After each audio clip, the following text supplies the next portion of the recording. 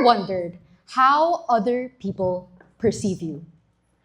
I'm not talking about you to your friends, so don't talk to the person next to you.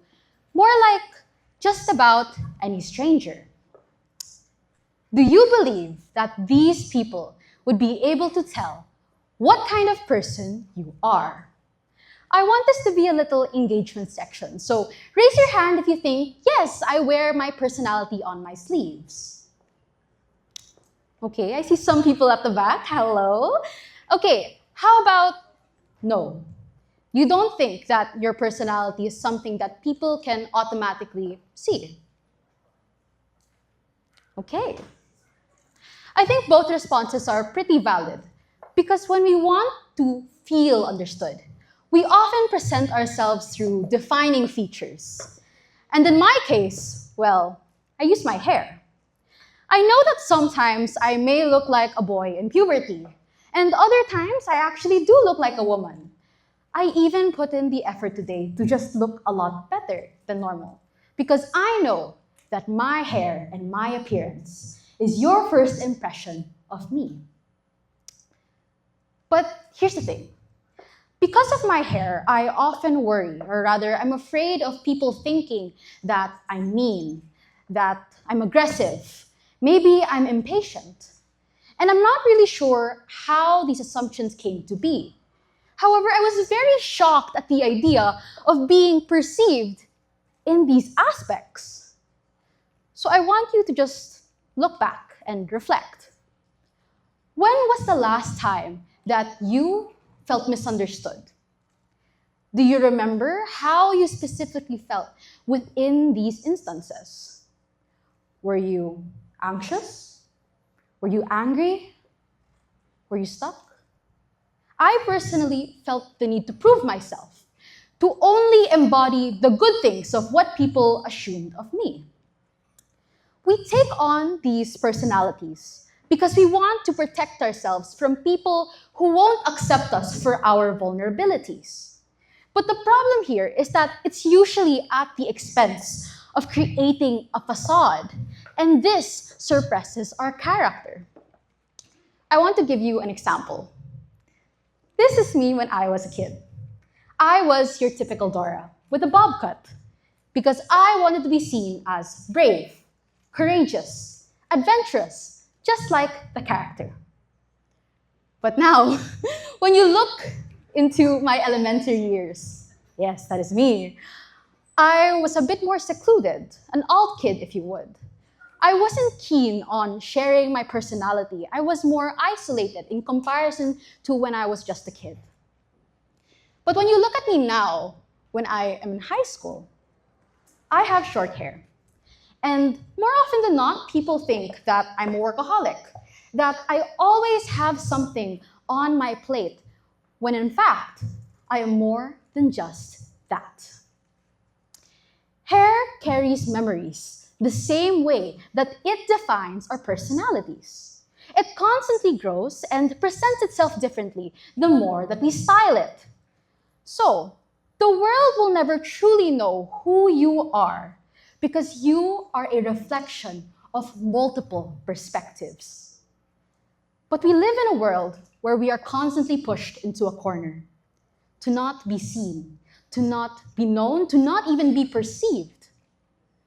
And because of this, we lose the true essence of what it means to be ourselves. So as a woman who has been accused of not even looking like the image of a woman, that made me question what it truly means to actually be a feminine person. So think about it. If the logic is, if I have less hair and that makes me less of a woman, does that mean that if every person in this room had no hair at all, like imagine that you are bald, does that not make you a person? I think this question can be something that we can answer within this talk. Because the root of our identities is something that we cannot exactly pinpoint. However, it is something that we can control. My hair became an avenue for me to freely express myself and redefine what femininity is. So today, I want to teach you a simple method on how I reclaimed my identity. Hair signifies growth, and it has allowed me to unlearn conformity on 3 levels. First, we have realization. Second, reclamation. And third, reassertion.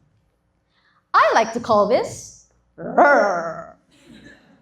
Now, since everybody knows what the 3 R's are, can we say it together? Not the actual words, I mean the rrr. On the count of 3. Ready?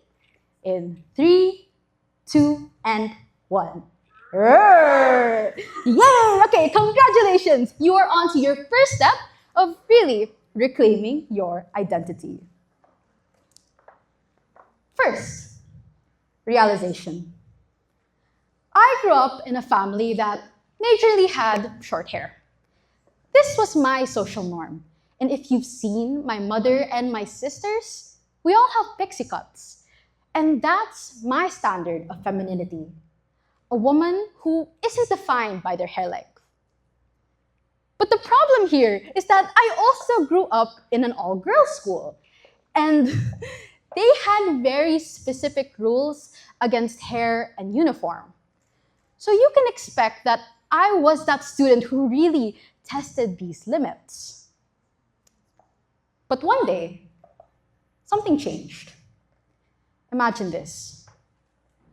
I was going to be writing my paper, and I was going to submit it to my teacher. And there she sat on her desk. As I handed over my paper to her, she was checking it, right? And out of nowhere, she looked up and told me, "Erin, why don't you try growing out your hair?" And mind you, this wasn't a demand, more like a kind suggestion. And you know, I was just a child, so I thought to myself, sure, why not? And it was a slow but gradual change, seeing my bob grow down to my shoulders. And at first I thought, wow, that was great. For once, I looked like the girls on TV and even in real life, because now I can wear hair accessories with a purpose. And you know, it felt nice to look like my classmates. It felt nice to feel pretty, to be complimented. It felt nice to feel accepted. But this happiness didn't last for long. Because over time, my hair felt like a burden. It felt like a burden because not only was it a weight on my shoulders, but I used it as an excuse whenever I was afraid. I'd hide behind it like a curtain, and I'd use it as a reason to isolate myself from others. And honestly, it was suffocating. I didn't like that I didn't recognize the woman that I once was. Whenever I looked into a mirror, right, that girl in the mirror was not me. Instead, it was a girl that cared a little too much. Some people might call it people-pleasing. But we have to be honest with ourselves. It's insecurity. It was the perception of what was believed to be feminine by the environment that I was raised in. And looking back, I still hate the fact that the preconceptions of short hair really haven't changed. Like, just because I have short hair, all of a sudden, I'm masculine. Or in Filipino, you'd be referred as tibo. But we're not two-dimensional characters. And there were so many times in the past wherein people would automatically assume, oh, maybe this person likes playing sports. Maybe they know how to play the guitar. Or, what if they're a rowdy person? But I'm none of those things. Just because I choose to speak in a certain tone, dress in a certain way, or like certain interests, that doesn't mean you're going to automatically know what kind of person I am. So what caused all this confusion to begin with was the fact that I'd constantly tie my identity to the expectations of others. But nobody deserves to be labeled or misunderstood just because of their appearance, when these attributes practically make us who we are. And this is the first R, realization. Conforming to an image erases your identity. It makes it harder for us to understand ourselves growing up. And this instance made me realize that the standard that people tried to hold me to wasn't a form of empowerment. It was just a restriction that stopped me from coming to terms with my own femininity. I want to talk about the second R, reclamation. And by doing this, I want to paint another simple picture. It was a Sunday afternoon, and the sun was high in the sky. And there stood young Erin, me, standing in front of the electric fan. And then she looked towards her mother and said, "Mom, I have 3 reasons I want to cut my hair. 1, I think it's really long. But 2, it's really thick. We live in the Philippines. But 3, I want to try something new." And you can imagine that I was really that type of kid who really had to sell it to their parents that, hey, I want to cut my hair. And you know, my mother is truly my #1 fan because she gladly agreed. And so, with this much power in my hand to choose any haircut in the world, I obviously had to pick something with style. And so, I got an undercut. And I know that to some people, this might seem like your average haircut. And honestly, I have to agree with you, right? But back then, when I was this age, it meant everything. To me, it was like an enlightening experience because for the first time in my life, I felt proud of the person I wanted to show to the world. But the story doesn't end here. Because after showing it to my peers, because obviously when you're young, you want to be able to share your joys, your happiness with the people around you.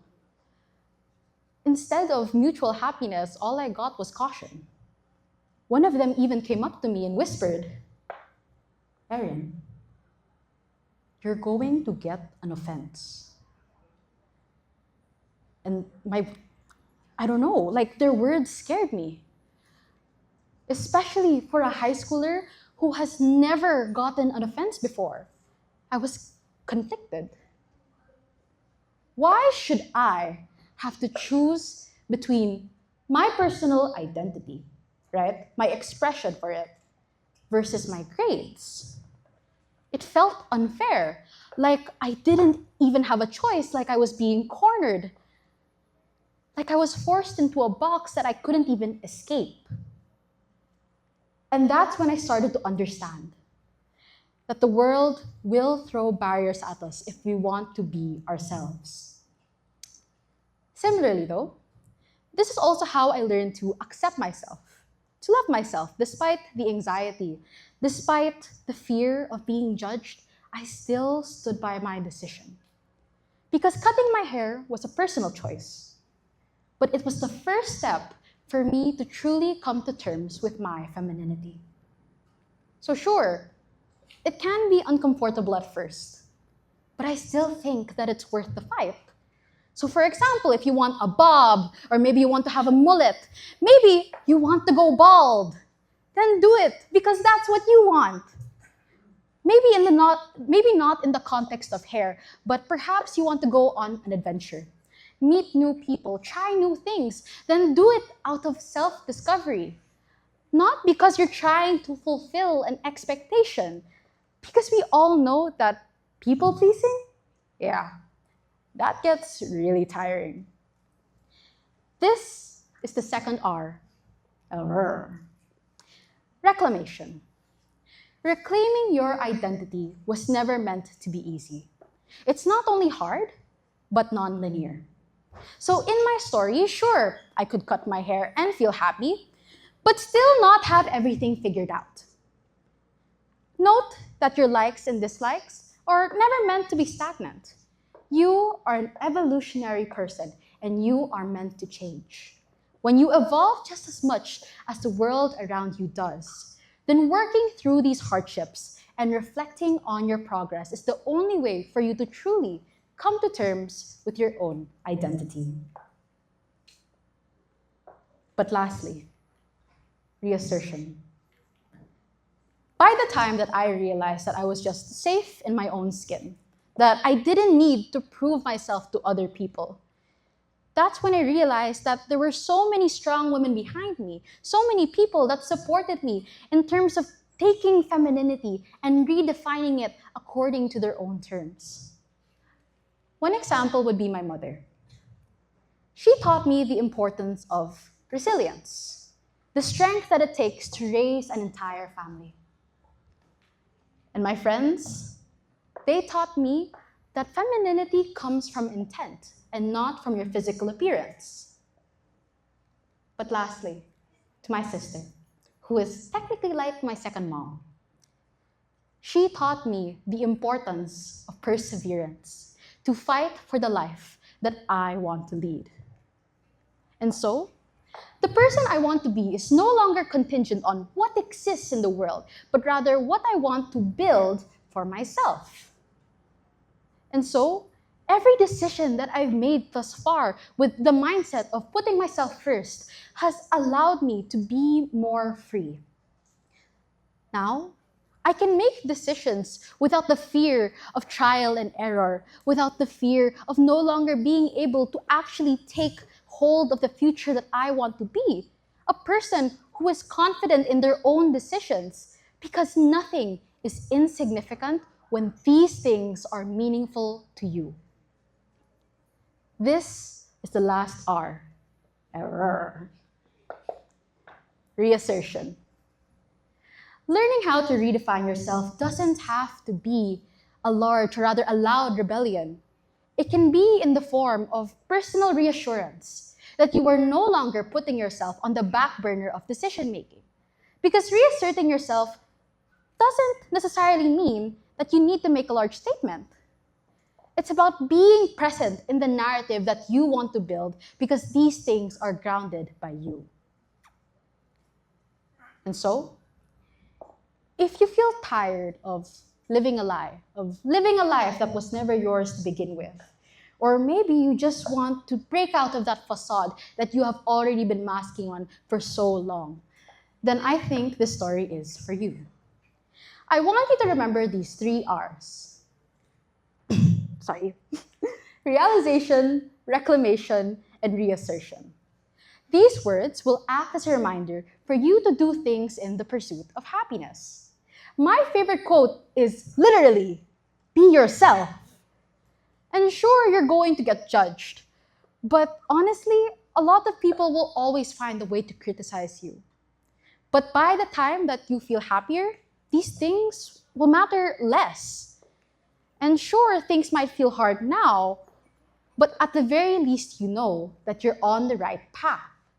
Because each person has their own unique way of finding themselves in radical ways. But that isn't to say that you always have to be radical in every instance if you want to find yourself. Like, for example, if you already have long hair, or maybe you are actually bald. I'm so sorry from earlier. That's fine, because that's still a way of empowering yourself, choosing yourself first, because that's what you're happy with. But these 3 R's are more than just hair. This mindset can transform the way that you live when practiced in small steps. So, for example, today, maybe after the show, you want to try a new dinner. Tomorrow, if you can take the risk, try a new haircut. How about next year? Perhaps you're choosing your dream job, career, maybe your dream university or the relationships that you want to ensure. All of these things are only grounded in the life that you want to live. And so, it is only when you let your roots grow are you able to realize, reclaim, and reassert the person that you're meant to be. Thank you.